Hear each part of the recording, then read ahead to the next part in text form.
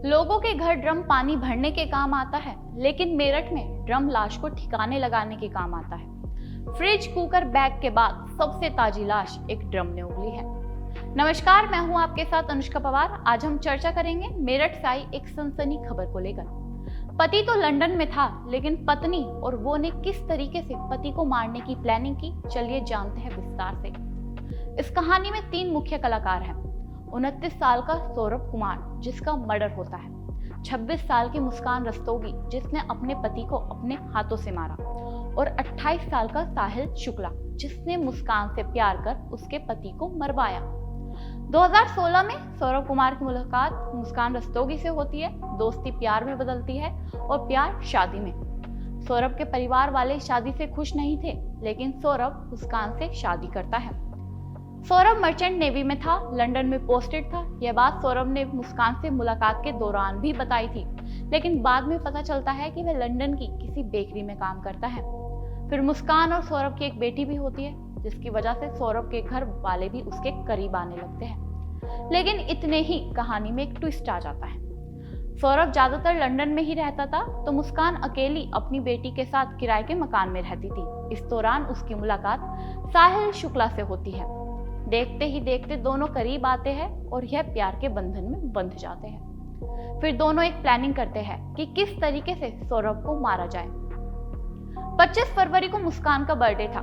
24 फरवरी को सौरभ 2 साल बाद मुस्कान के बर्थडे की वजह से लंदन से वापस आता है। 25 फरवरी को सौरभ को मारने की कोशिश भी की जाती है। एक प्लान बनाया गया मुस्कान और साहिल द्वारा। उनका प्लान तो था कि सौरभ को शराब में नशे की गोली मिला देंगे और उसे मार डालेंगे, लेकिन उस रात सौरभ ने शराब पी ही नहीं, जिसकी वजह से मुस्कान और साहिल की पहली प्लानिंग फेल हो गई। फिर वह अगला प्लान बनाते हैं 3 मार्च को। 3 मार्च को मुस्कान की बेटी के एग्जाम खत्म होने थे, जिसके बाद वह उसकी बेटी को अपनी माँ के घर भेज देती और सौरभ शुक्ला को मार देते। 3 मार्च को मुस्कान ने सौरभ की पसंद का खाना बनाया, कोफ्ते बनाए, जिसमें उसने नशे की गोली भी मिला दी।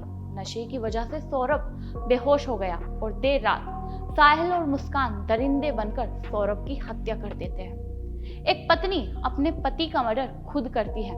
मुस्कान ने सौरभ के सीने पर 4 से 5 बार चाकू से वार किया।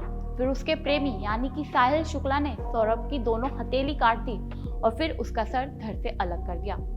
सौरभ के 3 टुकड़े किए जाते हैं और उसे एक बैग में रख दिया जाता है। हालांकि सौरभ का सर और दोनों हाथों की हथेलियां साहिल अपने साथ अपने घर ले गया है।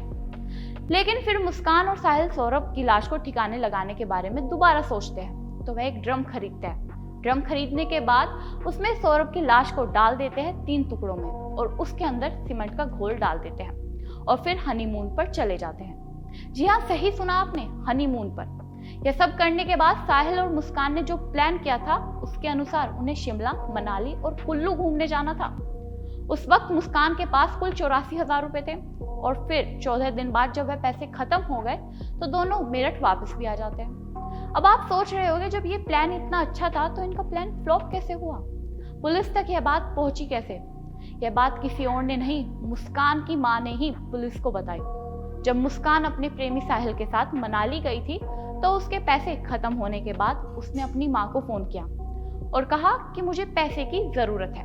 लेकिन उसकी माँ ने कहा, जब तुम्हारा पति सौरभ तुम्हारे साथ है तो तुम्हें पैसों की कमी क्यों हो रही है? तब मुस्कान ने अपनी माँ को बताया कि मैंने सौरभ को मार डाला है, जिसके बाद पुलिस तक यह खबर पहुंचती है और इस पर तहकीकात की जाती है। अब आप जरा सोचिए कि हमारे समाज में किस तरीके के किस्से उठकर सामने आ रहे हैं। ऐसी खबरें हमने सिर्फ फिल्मों में देखी थी, लेकिन हकीकत में एक प्रेमी के साथ मिलकर अपने ही पति का मर्डर करना, ये समाज की किस तस्वीर, किस कहानी को दर्शाता है? आपको क्या लगता है? कमेंट बॉक्स में जरूर बताइएगा। धन्यवाद।